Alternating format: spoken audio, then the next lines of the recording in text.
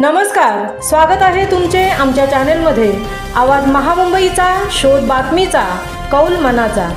चला तर मग आमचे चॅनेल शेअर करा, लाईक करा आणि सबस्क्राइब करा।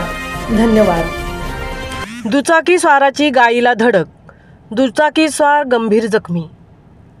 दिघी पुणे या राष्ट्रीय मार्ग क्रमांक F753 या राष्ट्रीय मार्गावर ढोरजे फाट्यानजीक हळदे पोल्ट्री फार्मजवळ दुचाकीस्वार रमेश धोंडू कानसे वय 47 यांनी रस्त्यात मधोमध उभ्या असलेल्या गाईला आपल्या ताब्यातील MH06 BQ5456 या बुलेटने धडक दिल्याने शरीराच्या डोक्याच्या भागाला जोरदार दुखापत झाल्याने रक्तस्राव होऊन गंभीर जखमी झाल्याची घटना सोमवार दिनांक 12 मेच्या रात्री 8च्या दरम्यान घडली।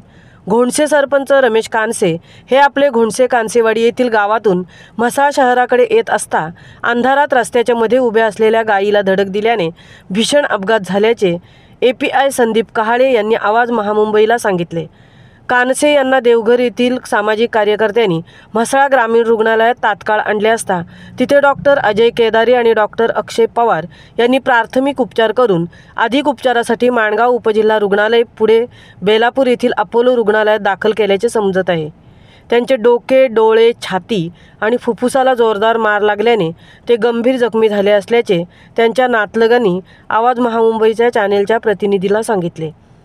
आवाज महामुंबईचा चॅनेलसाठी संजय खांबेटेंसह तृप्ती भोईर, म्हसळा।